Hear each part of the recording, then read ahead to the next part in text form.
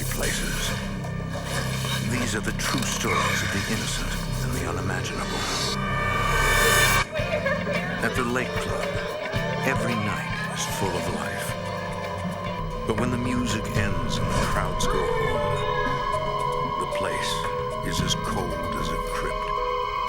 An angry ghost stalks the employees and warns that one of them is about to die. Between the world we see and the things we fear, there are doors. When they are opened, nightmares become reality.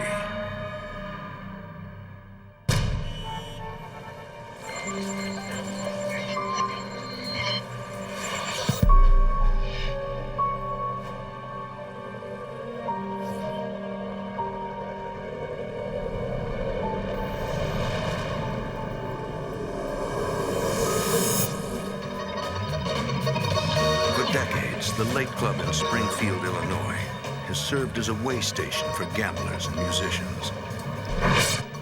But not all of them were simply passing through. For one soul, the Lake Club was a trap, and death was just the beginning.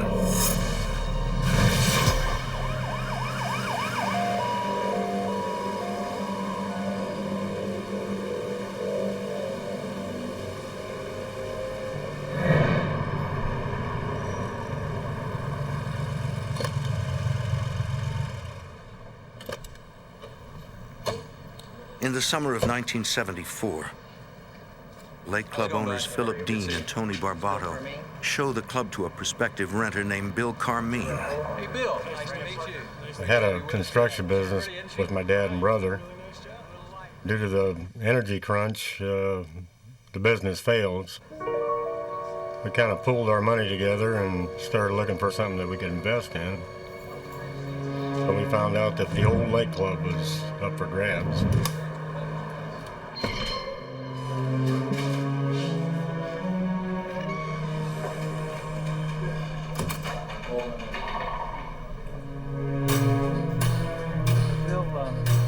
Mention this or not, but you know, we've had some outstanding entertainment here. Ella Fitzgerald. The place first opened in 1941. Here, legendary musicians like Nat King Cole and Ella Fitzgerald played to crowds of up to 1,200 guests. The club has been closed for the past 6 years, but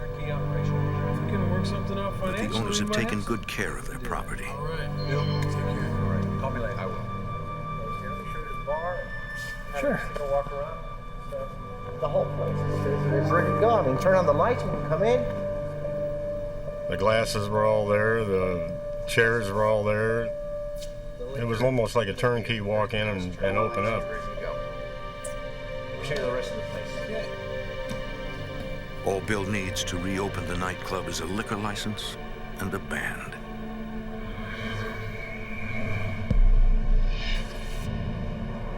Right down here's the mechanical room. Down the hall is your office.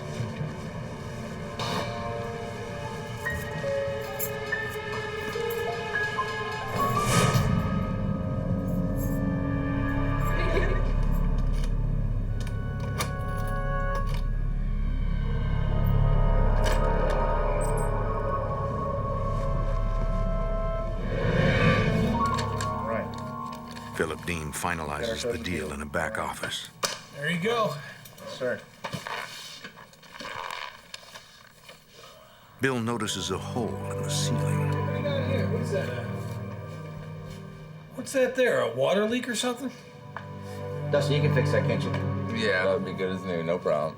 Couple days, good as new. Dean quickly reassures him that the caretaker, Dusty, will fix the So you problem. got 6 years, right?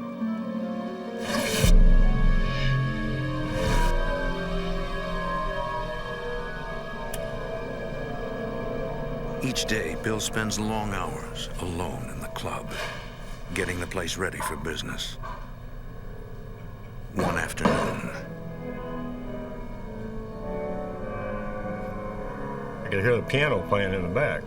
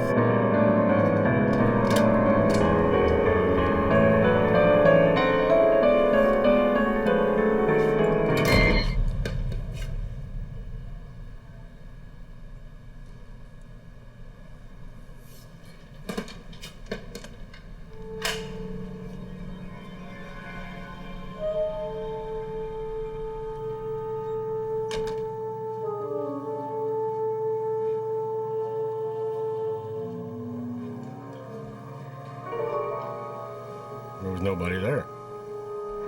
I know I heard that piano.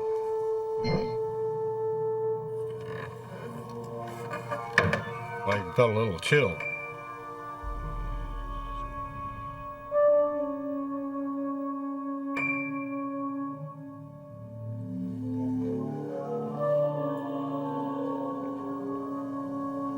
It was like if you're walking down a dark street sometime and a dog runs out at you all and barks, you know, you get that hair on the back of your neck and you feel needles all over your body.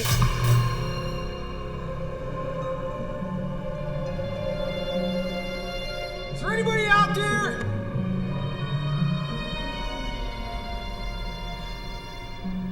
Bill searches the building, but finds no one.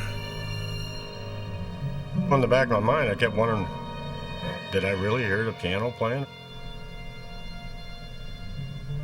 I couldn't explain it, so I just shrugged it off.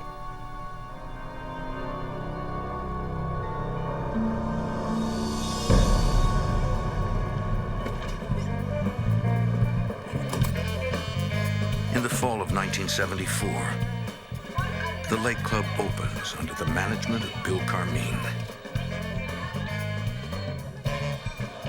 When the word finally got out and we opened the doors that night, we were just completely overwhelmed. They drank us out of beer, we were out of booze, we ran out of ice. We made it through the first night and got a little better prepared for the second night. And it just kept on going like that for a while.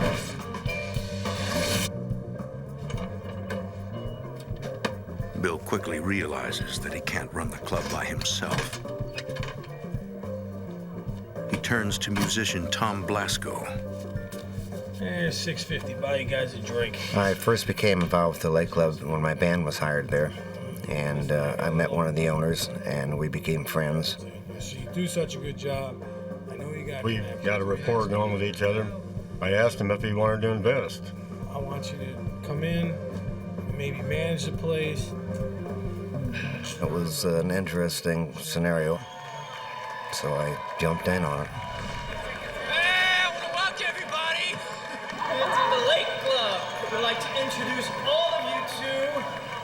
I got some different entertainment in there, and the place just went great guns.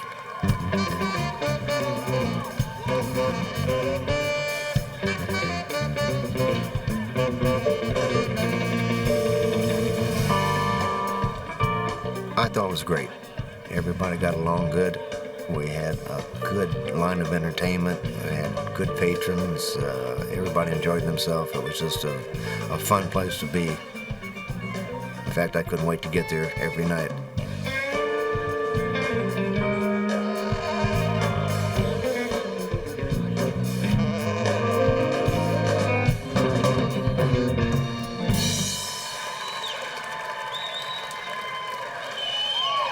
Thank you, guys. Surprise, surprise. After hours, the managers hold private parties for friends and employees. Over time, co-workers become like family.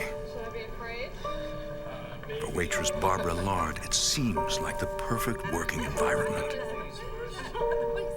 I started working at the Nightclub when I was 21 and a half, and I was very young, very naive, and not in any way, shape, or form prepared for what would come in the future.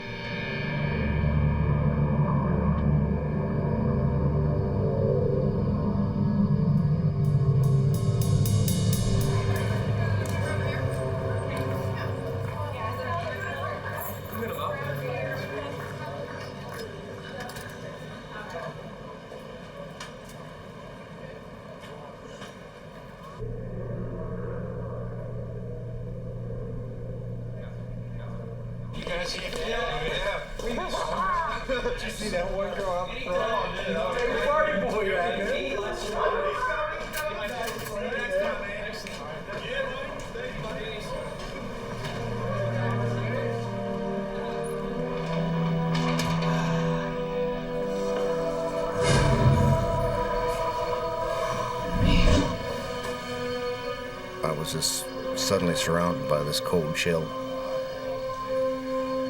It was a drafty cold, and it would just go right through you, just engulf your whole body.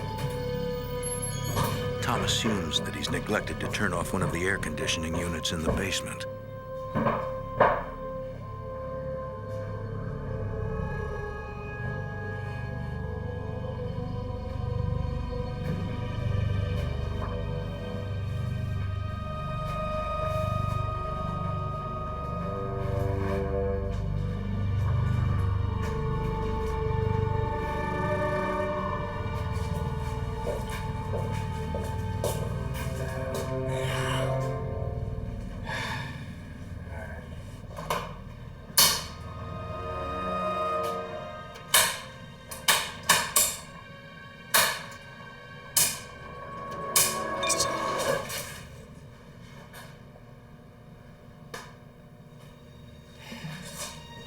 It was like someone was right behind you.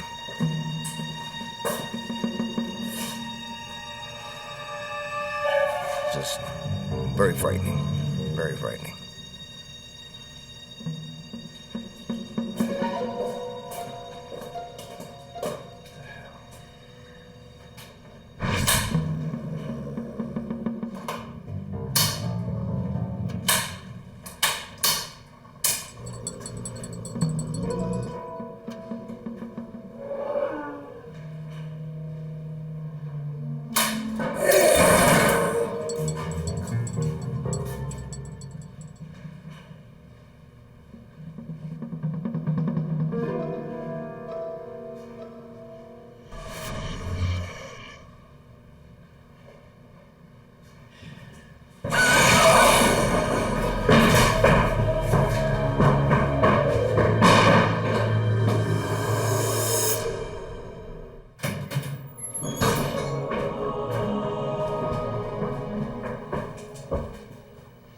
One night after closing, Tom Blasco has a terrifying feeling that he is not alone.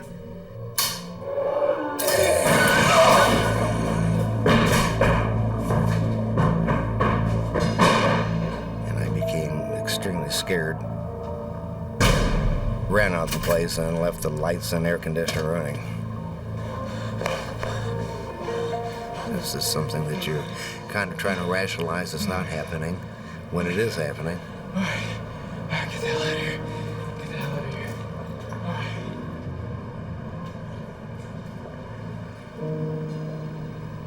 right. Tom decides not to tell anyone about the experience.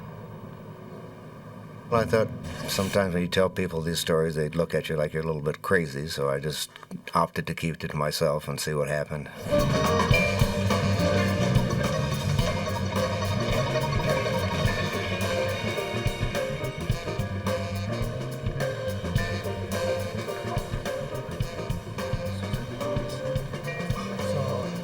Later, Bill tells Tom that he's had some strange experiences inside the club. Are you sure you didn't see anybody? There was no one in there. I walked in there, the piano cover was down. I walked around all over the place. There's nobody there, man. Well, I think the scariest thing was the unknown part about it. You didn't know what was happening or who it was or what it was. You can't let anybody know about this. All right, it could be bad for business. Tom and Bill don't want to frighten the employees or patrons. Strange stuff. You really don't want word to leak out, otherwise people wouldn't want to come out and come to the business. For weeks, Tom and Bill don't experience anything unusual. Anytime, you gotta do me a favor. Yeah, what? I got a real important meeting, if you know what I mean. Can you do me a favor? Can you finish doing the money, the credit card receipts, the books, and all that? Yeah, no problem. All right, man. I'll see you tomorrow. One night, after business hours,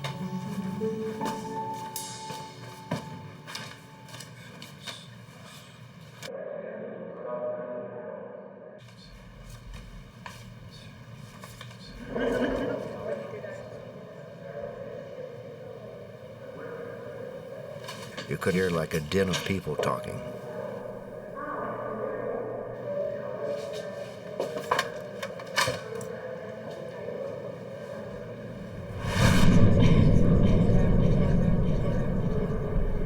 You couldn't make out what they were saying, but you could hear a conversation going on.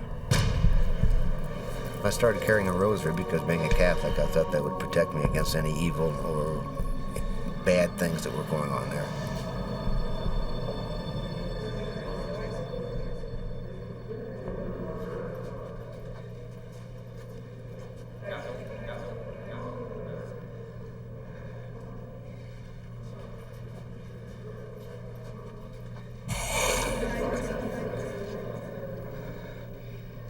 Hello? Anybody there?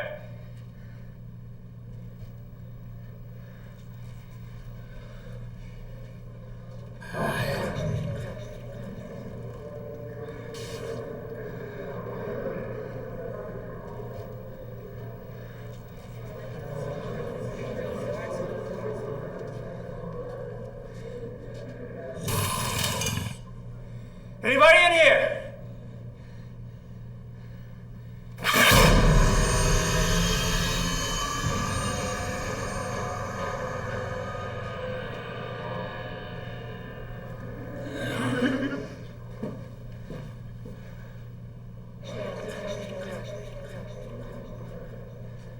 Hello?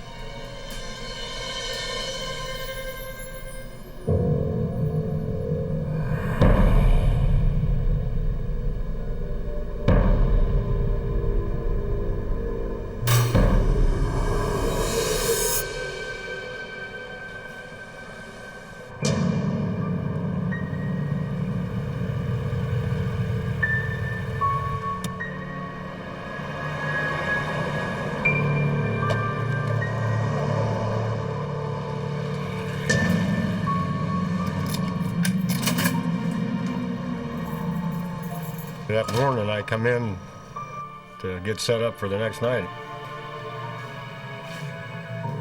Here's all the cash still out on the table and the safe was still open.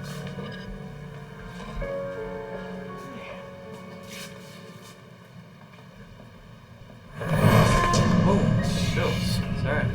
Smacked the hell out of me. What's going on? What happened in here? Look, I've been in here last night. I know what it looks like, but look, something really crazy happened last night. What is it? I walked down the hall and I was looking everywhere for something. I couldn't see anybody. Nobody was around, and somebody was there. He said it just scared the hell out of him. He said he didn't really remember running out of there and leaving the money. He just knew he wanted to get out of there.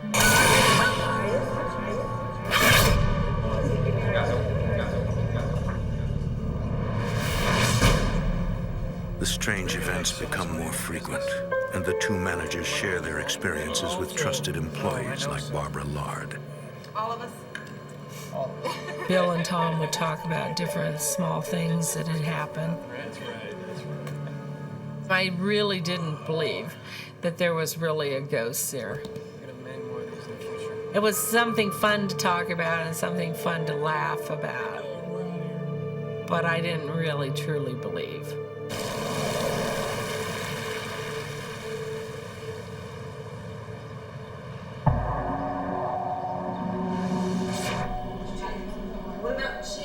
One day before the club opens for business,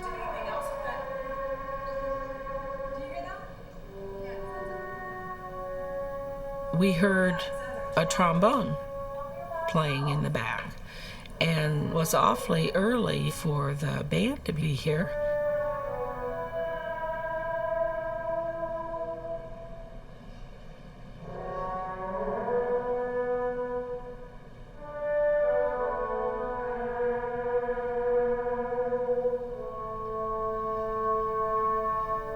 I didn't hear anybody come through.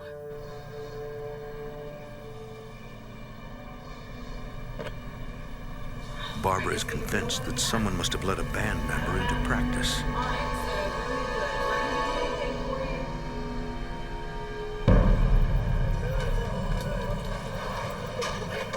A few hours later, the band arrives.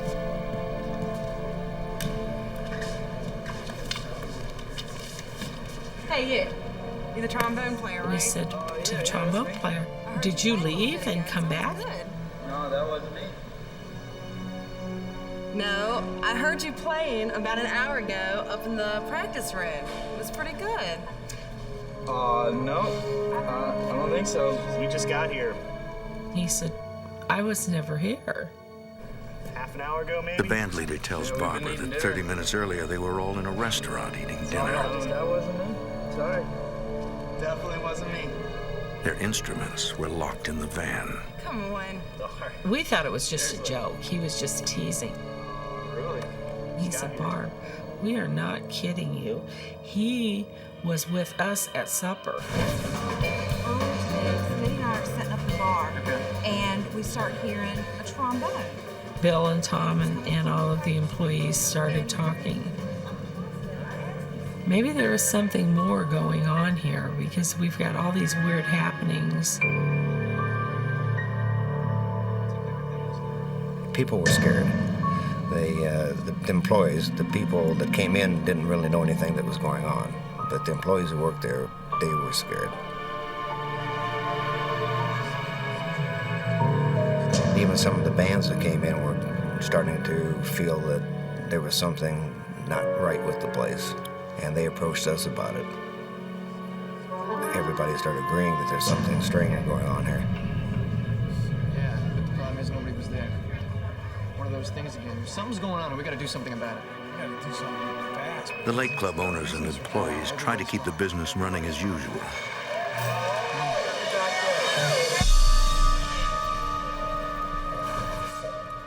You got a nice place in here, man. Yeah, thank you. You book a lot of bands. Yeah, we're doing pretty well. One morning, Yeah, we're doing really well. a salesman visits the club. So I guess you're pretty busy then. So what I've got here is an automatic check writing machine. I figured, well, okay, I'm gonna let him do his spiel, tell him no. It's very simple. Everything's documented as checks are written, and you don't have to worry about finding your checkbook, balance, and all of that. Your managers can write the checks, and it really makes things a lot simpler. You don't have to worry about the bookkeeping later. And it really simplifies life. It makes your business run much smoother, easier. Your bookkeeper.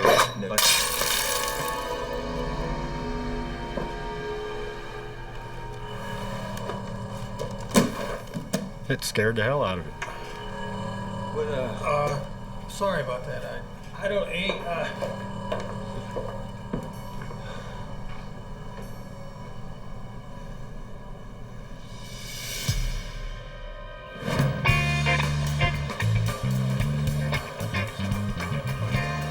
The this latest event convinces Bill that he cannot ignore what's been happening.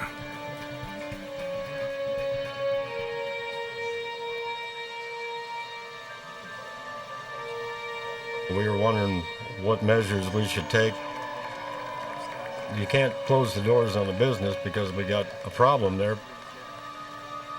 So we were kind of between a rock and a hard spot.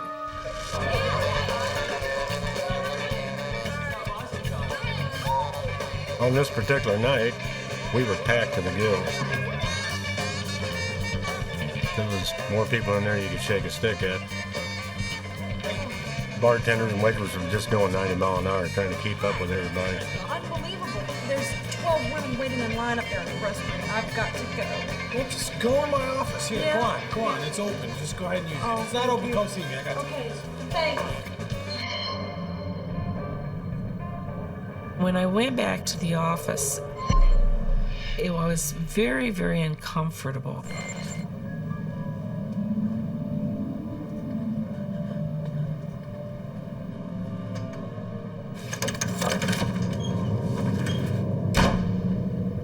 I just was unsettled, and I thought, oh, I'm just a little nervous because we've been so busy.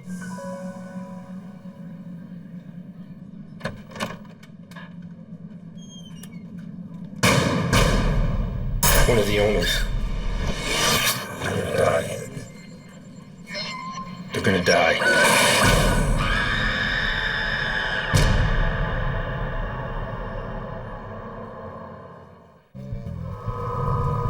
At the Lake Club, waitress Barbara Lard believes that she has just seen a ghost. I just stood there, and I was in a state of shock.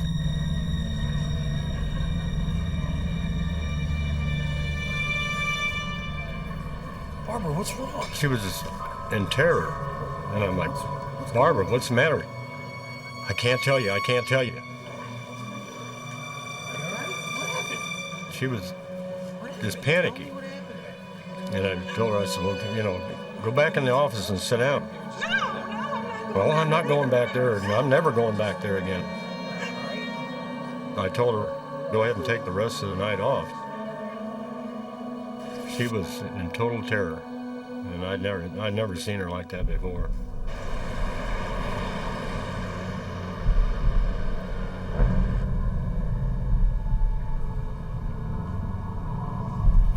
Hey, come on in. Take a seat. Gosh, yeah, why don't you give her some coffee? The next day, Barbara describes the man she saw in the back office. I went in there and he spoke to me. I said, what did he say? She said, I can't tell you. You can tell us. We can't help Why can't you tell me? I can't tell you.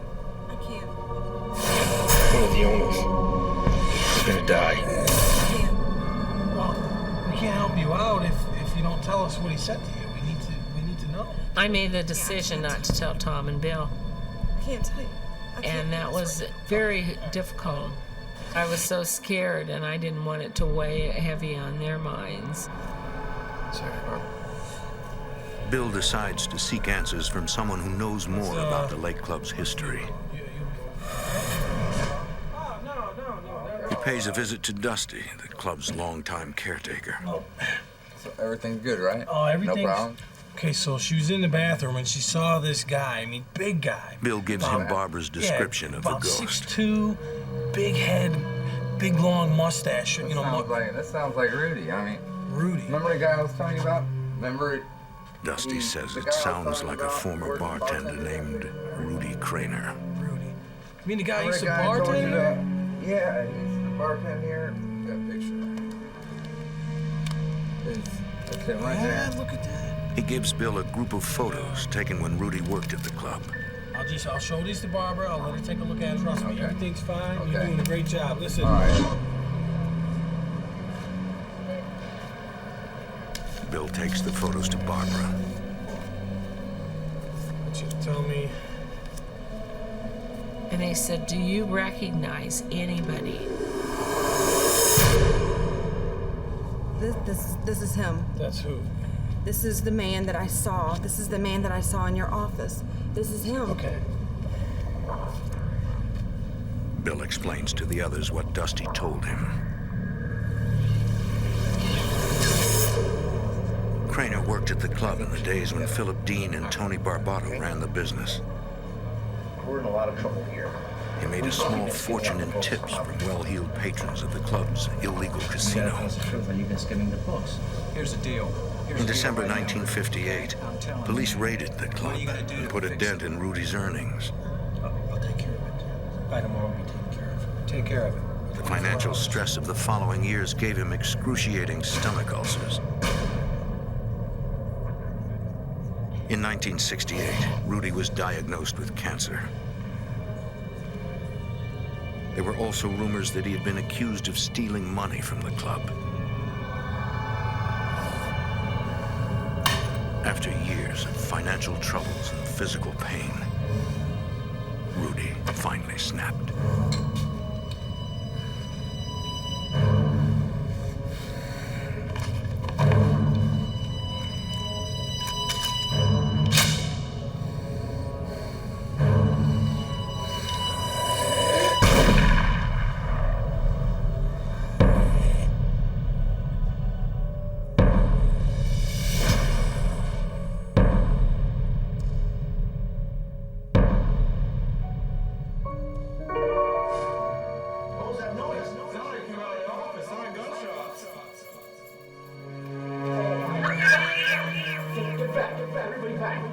Don't come back this way again. Joe,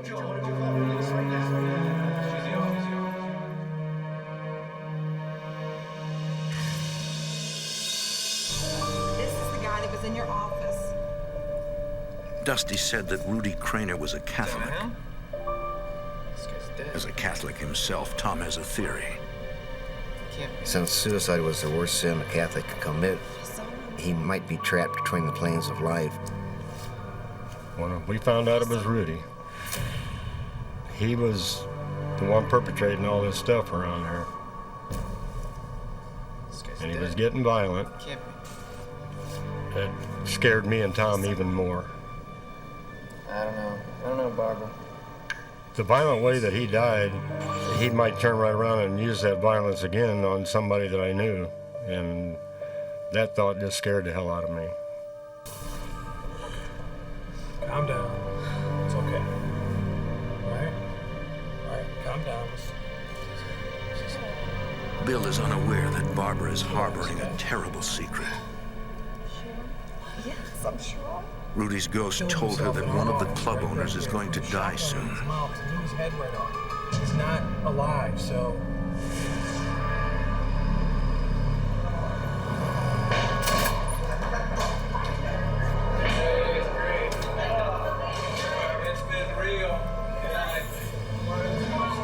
Carrying the secret of knowing that something was going to happen really affected me. It just weighed so heavy on my heart because I just adored Tom and Bill both so much. That was just almost more than I could comprehend, that I would lose either one of them. Hey, Bill.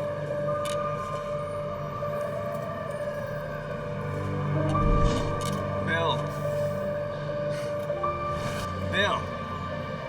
You going?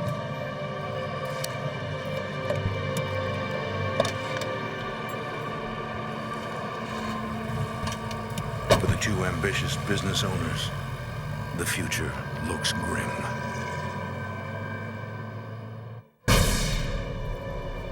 Be careful. See you later. Whenever Barbara helps Tom or Bill close the club, she prays for their safety.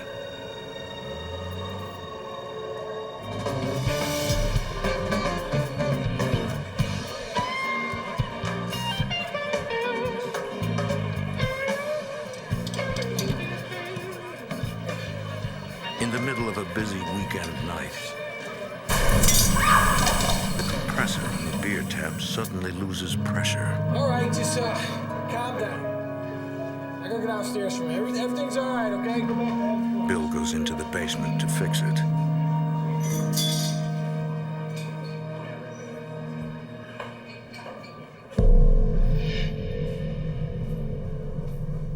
I went to go down and give it a swift kick to get it working. And when I went down, the lights were all off down there.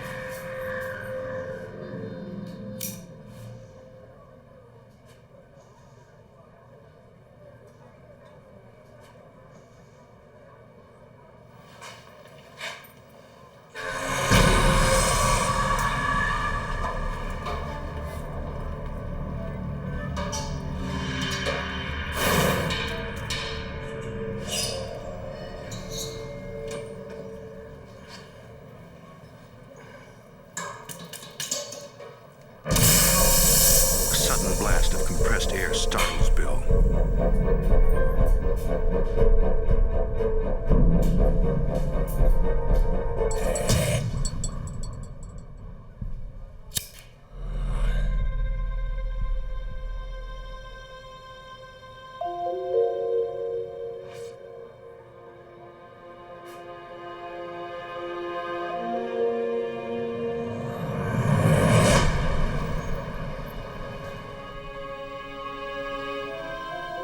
Bill is convinced that the haunting is real, but he's embarrassed to discuss it with his landlord, Philip Dean.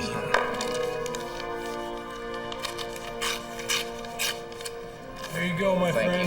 Thank you. All right. Okay. See you later. Good night. Yeah, I'll come by tomorrow again, okay? Good night, guys. Thank you.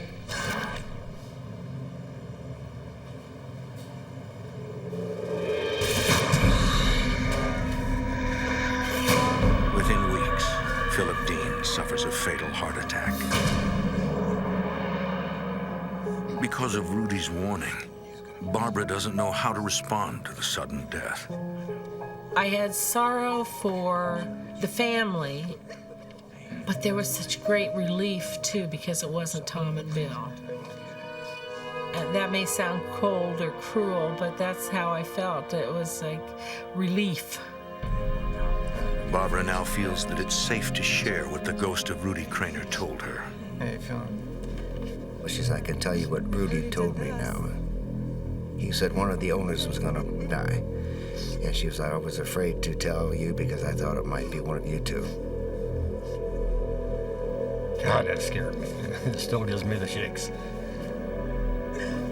Tom and Bill wonder if Rudy Craner has predicted Philip Dean's death, or if the ghost somehow caused his death. Did Rudy have something to do with it? Did he have enough energy that he stopped the owner's heart? If a supernatural entity did murder Philip Dean, Bill fears the same thing could happen to him. I thought maybe he's not going to draw the line at one owner. We knew that something had to be done. And Tom suggested getting a priest and blessing the place.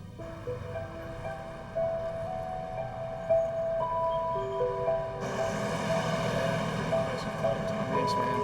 But it's, I don't know, there's still some things going on. Tom asks an old high school classmate, Gary Dilly, for help. Dilly is a Roman Catholic priest. It's good business. Tom asks him if he thinks an evil spirit could be haunting the club. I believe there's a spiritual realm we don't understand. And I do believe the Catholic Church also teaches that these spirits can communicate to us in different ways. We in America don't like to believe in these things because we're rational people, we're highly educated, and that kind of belongs to the superstitious.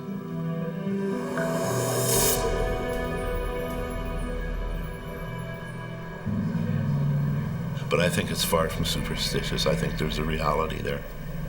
Hey guys. Hi, Bill. Let me show you the rest of the place here. We'll go down this hallway here. Within seconds, an ice-cold presence embraces Father Dilly. Wait a minute. What is it?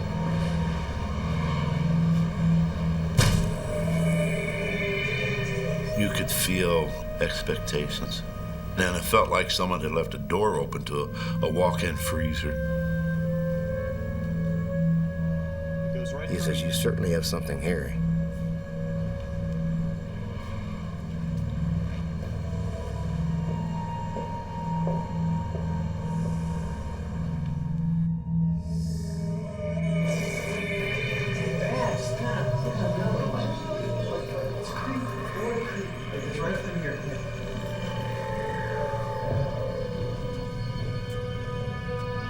Can you all wait here? I'd like to walk the rest of the way alone.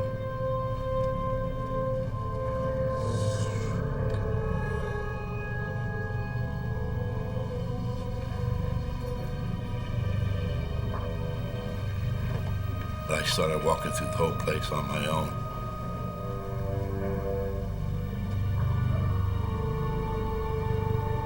And from the bottom of my feet to the top of my head, I knew there was someone with me. I could feel it.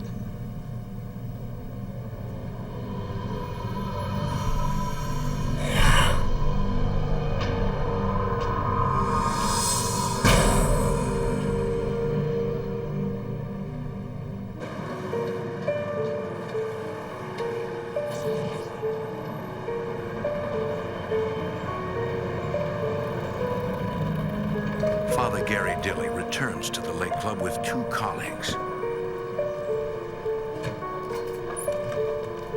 to perform a blessing, hoping to put the spirit of Rudy Craner to rest.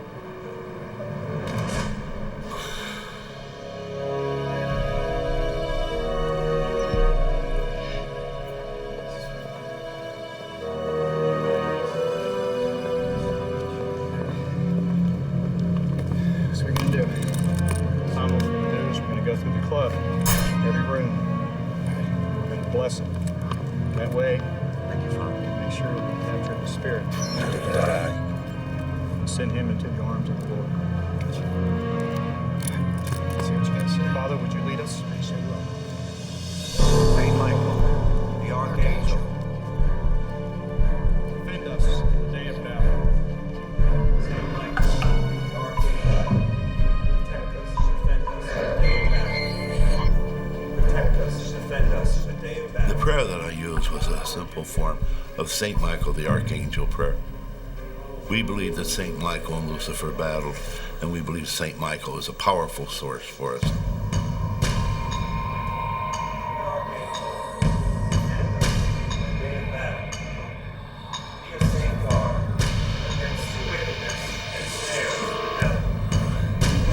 St. Michael the Archangel, defend us in the day of battle.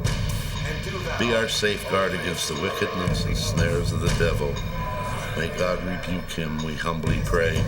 And do thou, O Prince of the heavenly host, by the power of God, cast into hell Satan and all the other evil spirits who prowl through the world seeking the ruin of souls. Die.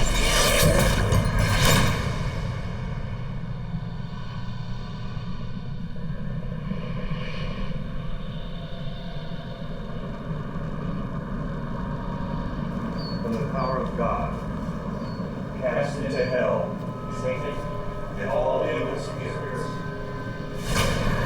Saint Michael, the Archangel, defend us in our day of battle. Be our safeguard. The 3 priests move toward the back office where Rudy Craner committed suicide.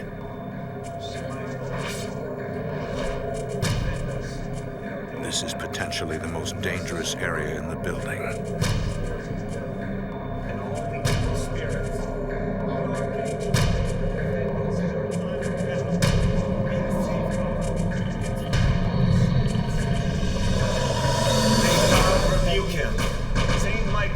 Defend us in our time of battle.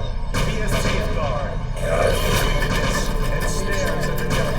May God rebuke them. Defend us in our battle.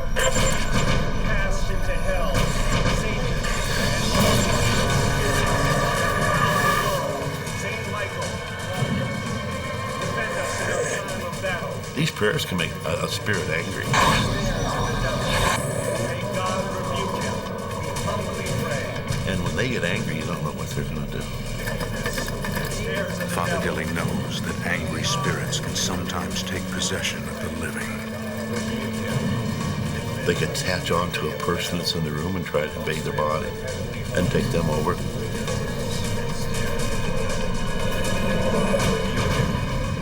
Father, we have to leave this room.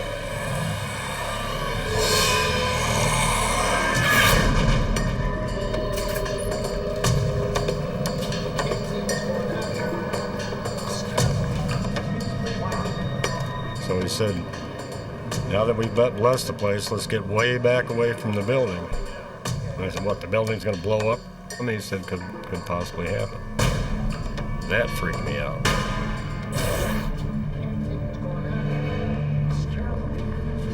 Father, we should pray.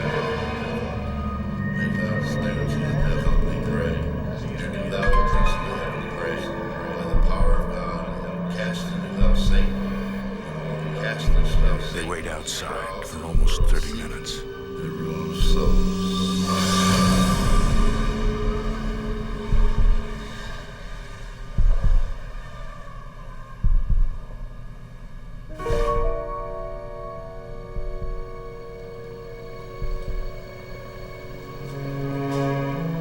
When they go back in, something has changed. When I went back into the club, I didn't feel cold chills. I didn't feel the hair go up my back, my neck. I felt very comfortable there. Tom, it's much peaceful, much more peaceful. Really? Yes. The building just became very, very quiet, and the coldness was gone. Peaceful.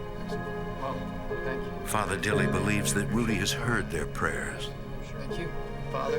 Appreciate it. Rudy was stuck in time.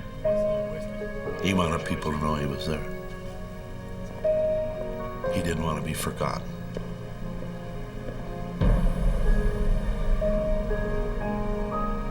And I think that through our prayers, he was able to let go of this earth and go where he was supposed to be. The blessing puts an end to the paranormal activity. The popularity of the club begins to wane. We made it for about another 6 months, and then we closed it down. Man, not the thing I thought would be in big bright lights. After the blessing, I felt much more at peace.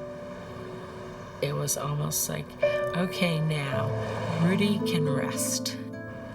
He will be at peace. It changed my belief that there is an afterlife. Certainly we don't know about it, and sometimes you don't think about it, but there is something that goes on after we die with what's ever left of us. Let you stay upstairs, okay? Y'all take care, you know. Before all this happened, I never believed in a ghost. But I'm a believer now. And I don't care what people say. I know it happened.